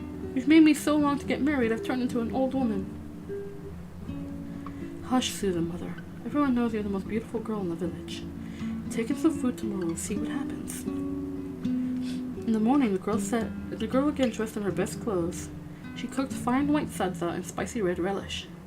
She presented it to the boy with a pot of water to wash his hands. To her surprise, he only washed one hand to eat with. He continued to roll fiber into the rope with the other. When she reported this to her father, he went to the baobab tree and invited the boy to visit his house. Thank you, Baba. I would like to do that, but I'm busy right now, explained the boy. My grandmother's fields are next to a den of baboons, and she is worn out from guarding them. I am making a long rope to drag the fields closer to her hut. The girl's father was amazed that anyone was powerful enough to do that. He hurried home and told his wife to make dinner. He then sent his daughter to invite the young man to stay with them. Please come, she said shyly. It was the first time she had ever spoken to a young man. The boy quickly accepted. Now he spent every night at the rich man's house. During the day he made rope and talked to the girl. They fell in love with each other. I want to marry you, but I'm too poor to pay Rura, the boy said. That's all right, replied the girl. Just promise to pull my father's field closer to his house as soon as you have finished with your grandmother's. The girl's father was delighted with the offer and married his daughter to the boy at once. They went off to his village and lived there very happily. They soon had many children. One day, the girl's father came to visit. Why haven't you moved the fields yet? He complained to his son-in-law. Did you really think anyone could pull a field around with a rope? His daughter laughed. That was just a trick we played so we can get married. I couldn't stand another year of not talking.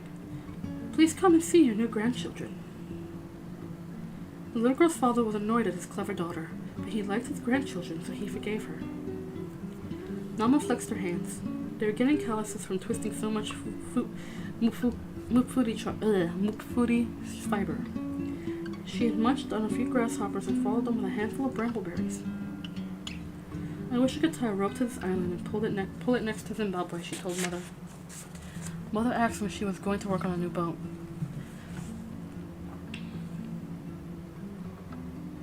In a few days, Nama replied. I have to make a garden where the baboons won't find it. I need food for the dry season. Mother pointed out that the sooner she got started, the sooner she could leave. To be honest, I don't know if I can copy Crocodile Guts' boat.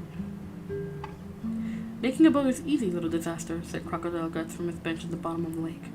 Use mukwa wood. It's so strong that termites won't touch it. It's easy for you, grumbled Nama. To me, it's like carving one of Uncle Kufa's walking sticks. Uncle Kufa made them in the shapes of snakes, animals, and people, and sold them at the trading post. Nama had tried to copy him, but wound up splintering the wood instead. Take little bites. That's what the termites do. It made sense. Nama knew she wasn't going to hollow out the mukwa trunk with the panga. It was too long and anyhow too vital for her survival. She could chip away at it with Uncle Kufa's knife, or even a sharp rock. But first she had to plant the garden. Nama put Mother away in her jar and climbed down the lucky bee tree. She had a plan, but she had been waiting until it became possible. Chapter 24. Namo shut her eyes and looked across to the little island. At the foot of the bluff, where she had built the fire, lay a dark object. She squinted to be sure. It was the baboon. She sighed unhappily. She hadn't wanted him to die, but she couldn't carry out her plan until he was gone. The little island was an ideal place to plant a garden. Nama hopped from stone to stone, all the while searching for signs of the crocodile. When she reached the final rock, she paused. The last channel was very deep. It was almost too wide to cross. A few months before, she would have never attempted it, but now she could swim if she miscalculated, and if the crocodile didn't get to her first. She took a deep breath and leaped. She fell on the sand, scraping both knees, and scrambled to put distance between herself and the treacherous lake. She cautiously approached the dead baboon. He lay on his back with his eyes closed. His twisted foot stuck up reproachfully. "I'm sorry," whispered Namo. A few people ate baboons, she knows, but the practice wasn't common. As precarious as her food supply was, she wasn't even slightly tempted to cook this one. He had been alone like her, and his disability had set him apart from the other animals. She would cast his body into the water for the crocodile to find. Namo poked the baboon with a stick. He sprang up with his fangs bared and his skeletal chest heaving.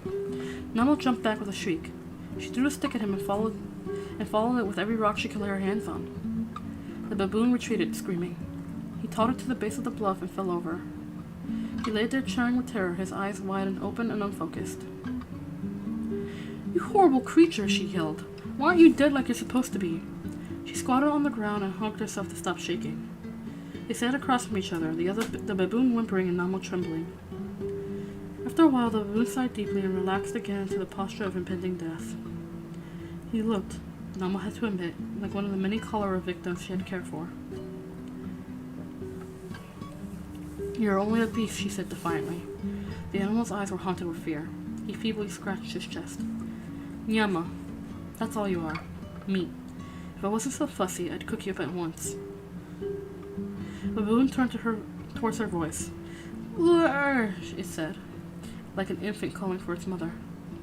"Oh, stop it," Namo cried. She got up and returned to the beach. The leap back was easier. She had an idea of the range now. She could still see the baboon from the large island. "Don't think I care," she cried across the water. Namo walked along the shore until it reached a shallow stream. She followed this to a meadow dotted with marula trees. She filled her dress cloth with ripe fruit and tied it onto her back like a baby carrying a shawl. Then, naked, she returned to the rocks and proceeded to cross. This time she heaved a large stone into the water first. The crocodile was a fearsome but cautious beast. She had seen how it fled when it heard a strange noise. Namo dumped some of the marulas near the baboon and laid a trail back to the beach. She put another small heap on the first rock and then one on each of the easier jumps all the way back to shore. "I'm only doing it so you can leave my garden alone," she shouted. The baboon didn't react. She went off to harvest the bird lime traps. That night she listened to the voices of the troop as they nested in the trees across the savannah. They were more agitated than usual because the moon was full. Like people, baboons were restless at such times. She heard the low, soft, rhythmic grunts of the females and cooing of the infants, the rumblings of the males, with now and then a challenging bark. They had trouble sleeping in the intense white moonlight as she did. In the village, everyone would spend the night around the cook fires exchanging stories. Namo shook her head to keep from thinking about the village. In the morning, the marulas were all gone, and the little island was deserted. Namo was unable to find a large patch of soil, but she found many small ones. She cleared out weeds and broke up the ground with a sharpened stick. It was extremely hard work, and a hot wind made her throat ache. Fortunately, the drop in the lake created a small bay on the far side of the little island. She dragged branches across the narrow inlet. The water could get in, but the crocodile couldn't hide in such a shallow place. She felt safe to draw water from her new garden. Over the next few days, she planted mealies, pumpkins, squash, tomatoes, peanuts, okras, and pieces of yam. The planting season was over, but if the weather didn't turn too cold before the vegetables ripened, she hoped to get some of her results. She named the place Garden Island in honor of her work. Well pleased, Namo bathed in the small bay and washed out her dress cloth. She would have to be careful with it.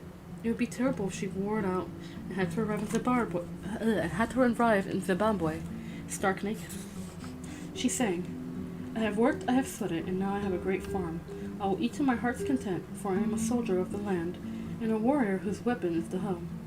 Even kings and youngers respect me, bringer of food and preserver of nations. I wish I did have a hoe, Namo added, wriggling her toes. The water striders skated away on their X-shaped reflections. Tiny fish darted here and there and in the weeds. Old Takawira had been a fine blacksmith, grandmother said. He had taken red soil and melted it into iron, but that was in the old days. Now people bought such things in trading posts. I'll have to make do with a sharp stick, she sighed. That afternoon, Namo feasted on a guinea fowl that had become entangled in one of her traps. She had never equaled the feat of eating one a day as she had on the Musengezi. They weren't as common here. Still, she regularly caught francolins and doves, and she was able to snare smaller birds in the lime traps. All in all, she was doing well, but she had to get through the dry season. As the afternoon shadows slanted across the grass, Namo got a shock. The hoots and yells of the baboons' troop didn't veer off into the trees. Instead, they came straight ahead.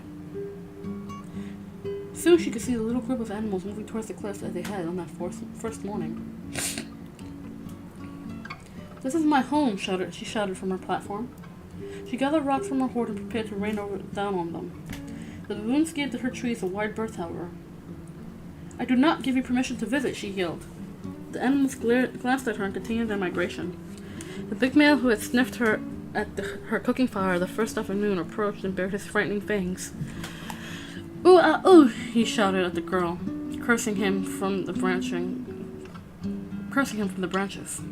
We're going to sleep here whether you like it or not. Namo hurled a stone at him. His fur puffed out until it looked twice as large. His eyes flashed white with rage. Abruptly, he turned and trotted after the others. Last of all came the straggler, all skin and bones, hobbling on a twisted foot. The big baboon shouted at him, and the crippled animal cringed. He doesn't like me either, Namo called with a grudging sympathy. She wasn't in actual danger as long as the troop kept to the rocks, so she settled down and watched their antics. The young ones scampered and wrestled. They turned flip-flops and chittered with excitement. The adults walked stably among them, as elders should, and now and then pulled a tail to maintain order. The grassland between the stream and the cliff was thick with them. Namo watched with mixed feelings. They were a threat, but they were also company. The mothers nursing their tiny infants, the females who gathered around to admire, the youngsters leaping over one another, all created the bustle of a peaceful village. Even the sullen males were not that different from Uncle Kufa and his friends at the Dare. Uncle Kufa would be furious if I told him that, Namo said to Mother. But it's true, that big one. I think I'll call him Fat Cheeks because his beard swells up when he gets angry. And the miserable creature I rescued from Garden Island will be Rumpy because something chopped off his tail. Rumpy was pushed around by almost everyone. He cringed and groveled and chittered with terror, but no amount of bad treatment could drive him away. He seemed to have accepted his status as a pariah. The things people do to keep from being lonely, sighed Namo. When she woke up in the night, she could hear the baboons murmuring amongst themselves on the rocky perches. I'll put thorn bushes around my trees in the morning, Namo muttered as she drifted back to sleep. Namo was used to hard work, but she had always depended on others for help. Now she had to do all the gardening, all the water carrying, all the hunting, and still find time to cut down the mukwa tree and carve into the shape of a boat. From the minute the red ball of the sun lifted above the lake to when it sank again into the thickening layers of the haze, Namo hurried from one shore to another. She finished the rope ladder and barricaded the base of the lucky bean tree. She built small platforms higher up in the trees. When she was out, she lifted the end of the ladder with a pole and draped it over a convenient branch. She didn't want the baboons to find her, but she didn't want to find baboons in her home. Even with the correct raw materials available, Namo's basket-making skills were limited. She had to depend on the calabash vines to provide most of her containers. She chopped up old termite mounds and used clay to make pots, firing them in heaps of coal. Even the ones that broke in the process were useful. She used the shards to roast termites. She spent every morning weeding and watering the garden, every afternoon chipping away at the mukwa trunk. Between times she foraged for food. When she couldn't face chores any longer, she explored, cautiously. The baboons ranged far and wide on the island. Sometimes they chose to stay in another area, and then the darkness rustled with unfriendly noises. Namo hurled on the platform, rocks at hand. Most nights, though, the animals preferred to stay on the cliff, and then she slept easily, soothed by their incessant murmuring. The baboons filled their days with drama. The troop erupted with shrieks when someone encountered a snake. They cheered excitedly when someone discovered a large scorpion, and muttered with disappointment as the lucky finder nipped off the stinger and ate the rest of the creature. Some things, vultures for example, made them rub their faces and watch the sky uneasily. And some things they ignored, like Namo, most of the time. Other animals too lived in the area around the cliff. Dassies snarled at anything that attempted to invade their rocky hideouts. Their fat bodies shivered with rage and shrill cries pierced the air. Impalas grazed around the baboons as though they were bushes. Vervet monkeys cavorted as much as their larger cousins, and babies of both species occasionally joining in play. The main business of the male baboons, as far as Namo could tell, was to shove one another around. A stronger one would stare fixedly at some inferior, slap the ground, and puff out his fur. Then he would stand up and slowly approach. The other baboon would quickly give up his seat. The first animal sat down in his rival's place, with what appears to be great satisfaction. Fat Cheeks was the most successful at this game, and, predictably, Rumpy was always the one who got moved on. Not all baboons' activities had to do with threats, though. Babies, especially the tiny black infants, brought out the best in everyone. Even Fat Cheeks was reduced to a lip-smacking foolishness when he attempted to entertain one. He laid on the grass and let the baby crawl over him, yank his beard, and put a foot in his eye without the slightest protest. The least attractive, where infants were concerned, was Rumpy. When he felt threatened, he snatched up one of the tiny creatures and held it in front of him for protection. Sometimes it works, sometimes, if the baby was old enough to protest, it only got him more soundly beaten. Every morning and every afternoon, the animals busily groomed one another. This was their greatest pleasure. The one being groomed lay down, eyes closed in ecstasy as the other searched for dirt and ticks. He or she would present an arm or a leg if the other baboon's attention wavered. Everyone took part in this activity, except Rumpy. He had to sit on the edge of the gathering and morosely groom himself. Chapter 25.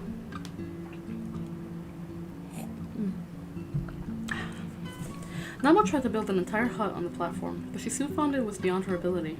Poles crashed down and calabashes shattered as she struggled to construct walls. She had watched the villagers make houses for years, but somehow, somewhere, she had missed a critical piece of information. There was a way to brace walls even in a tree, but Namo couldn't remember how it was done. After her efforts clattered to the ground for the 10th time, she gave up. She wedged the pole across the branches over her head and leaned reeds against it to make a slanted windbreak. She lashed the reeds down and covered them with bundles of thatching grass, using many overlapping layers tied in place with mufupi twine. It wasn't perfect, but she was too irritated to keep trying. I'll be out of here before the rainy season starts anyhow, she told herself. Namo was lacking other important skills as well. How do you finish a reed mat, for example? Her attempts unraveled. She knew skins could be cured. She had something to do with soaking in mud and rubbing it with ashes, but her rabbit skin smelled vile when she was finished. What was the biggest problem, though? Slowly, painstakingly, Namo cut down the mukwa. When it finally crashed to the ground, her heart sank. How could she ever turn such a giant lump into anything useful? She couldn't even make a walking stick. She sat in Crocodile Guts' leaky craft all afternoon, too dispirited to try anything. Namo crouched by the mukwa log, scraping with a sharpened rock. It was slow work, but she was afraid of using Uncle Kufa's knife too often. Mupane flies circled her face, landing to drink moisture from her lips and eyes. She waved them away, and they came straight back. The only way to discourage them was to sit directly in the sunlight, and it was too hot for that. She stopped to watch the flecks of light on the lake. Breezes ruffled the surface, and occasionally a tigerfish leaped after a low-flying dragonfly. Otherwise, the lake was devoid of interest. Blue and endless, it lay between her and freedom. She never even saw a boat on it. If only I could strike it with my skirt like Biri, she sighed. Biri, a famous rain priestess, and her two brothers have founded the Eland clan. They came from the north and were light-skinned like the Portuguese. When they reached the Zambezi, Biri removed her skirt and struck the water. Immediately it rose up on two sides like hills, leaving a dry path between. Namo said aloud to whatever spirits might be listening. You will find your totem on the other side, Biri instructed her brothers. As they crossed over, the ancestor played mbiras and drums from the depths of the water, and after they had passed, the river came together again. I suppose you would find that frightening, Namo told Juzu. It would be like someone rolling up your house while you were living in it. She stripped away the green, resinous wood, pausing to remove a splinter from her thumb. The older brother ran ahead. He came upon a dead eland and immediately cut it up to steaks. How could you be so foolish? Cried Berry, when she saw what he had done. That was our totem, and now you'll forever be unlucky. From that time, the descendants of the younger brother were called Zunga, the steadfast ones, because he had honored the totem. Nala tried to rock the log.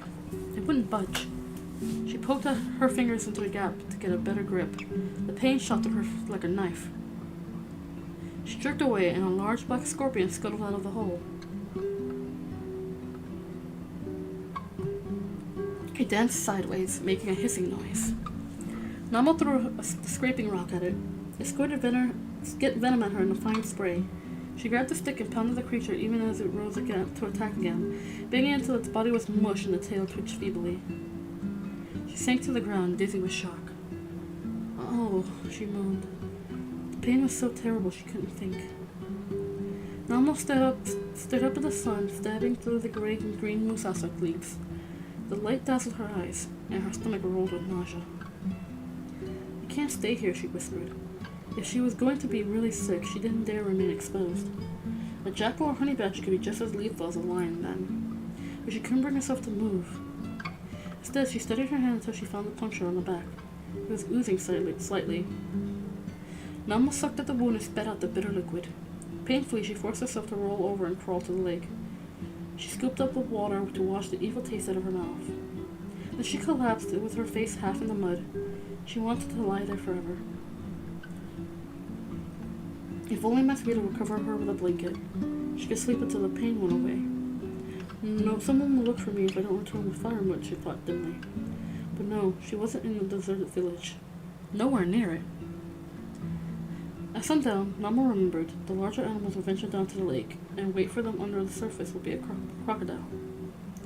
Didn't matter whether something discovered her on its way into or out of the water. She struggled to her feet. Slowly, with many stops to clear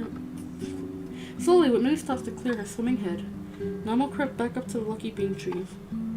The rope ladder was hooked over a branch. She sank down again and looked at it with despair. It seemed impossible to lift the long stick she kept at the foot of the trees. Her hands and arms were on fire, and her heart was doing funny things. Aunt Chippa was going to be furious if I don't start dinner, she murmured. At last, after several tries, she unhooked the ladder and flopped down within her reach. Nama had only a fleeting memory of how she got up. Once she leaned through the ropes and vomited on the ground. For a long time, she seemed to be frozen in one place without moving. But eventually, she dragged herself over the platform and pulled the ladder up for safety. Her spirit had done as much as it could, and that it abandoned her and went to the place where the living walked with the dead. Whew, she was so cold. Her body was wet as though she had stood in the rain. Masvita came towards her with a blanket. Hurry up, ordered Grandmother. They won't wait all day. I'll carry your pack, Masvita whispered, wrapping the blanket around Namo's shoulder. They walked swiftly through the forest, Grandmother in the lead, until they came to a great shining expanse of water. There, gathered at the edge, was a troop of 20 young women and 20 young men, and standing on a rock above them was a beautiful woman. Her arms and legs were weighed down with gold bangles. That's Princess Senwa, Monomatapa's niece, whispered Masvita. Nama's eyes grew round. King Monomatapa lived at the beginning of time, long before even Grandmother was born. The young women and men played the drums and mbiras, but they didn't seem joyful, and Princess Senwa's face was drawn with grief. Masvita untied her pack and laid it respectfully at the foot of the rock. It was full of honeycombs. Why is she so sad? Whispered Namo. You'd be sad too if your husband had abandoned you for another wife, Grandmother said harshly. But she's so beautiful, began Namo. As if that mattered. Men are like bamboos. If one mango tastes good, 2 must be better. Or 3, or 10. being told they have to lie on the ground clutching their stomachs. Didn't Princess Senwa object? Of course she did, Amboya snapped. Prince Kakono, her husband, said that his men would laugh at him if he listened to her. Afraid of being laughed at, he hunts lions for sport and he's nervous about a few snickers. What a fool. Grandmother fell silent as the princess raised her arms. Her servants began to wail. Nama watched with amazement as a herd of cattle was led to a cliff jutting over the water. Warriors urged them on with spears. The cattle rolled their eyes and bellowed, but they had no choice but to go forward until, one after another, they tumbled into the lake. They thrashed wildly and were drawn under by forces Nama couldn't see. She sank to her knees with horror. Next, the warriors threw baskets of food away. One of them grabbed Masvita's basket and hurled it into the deep. Namo felt sick. All those delicious honeycomb.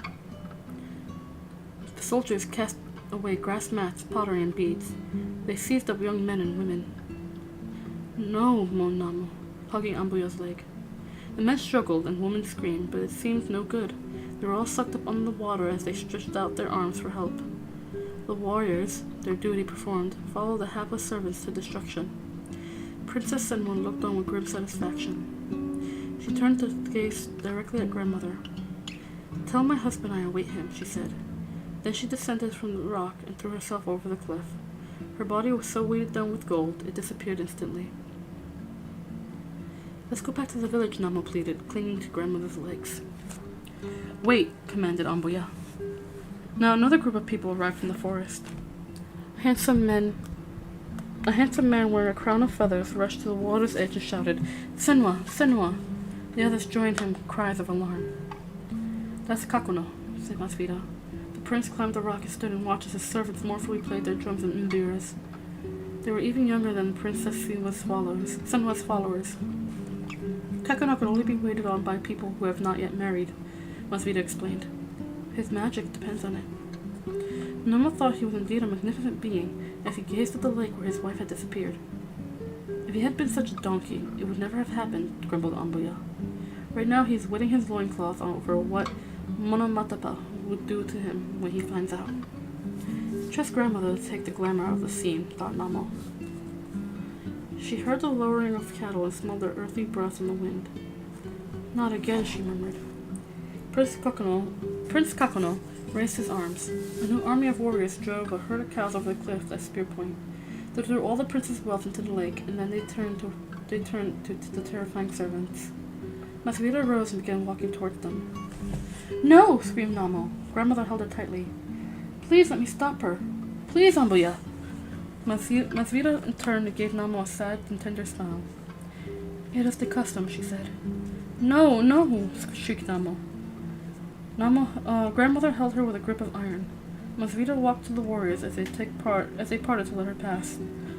The others struggled as they were flung to the death, but Namo's beautiful cousin approached the water like a queen. She paused on the cliff to let the breeze ruffle her dress cloth. Then she stepped off and fell like an arrow into the devouring water. Namo wailed uncontrollably as the warriors and Prince Kakuno sacrificed themselves, but her cries weren't for them. They wanted to die. They wanted to destroy everything to satisfy their stupid pride. The lake had turned blood red, but it wasn't from the light of the setting sun.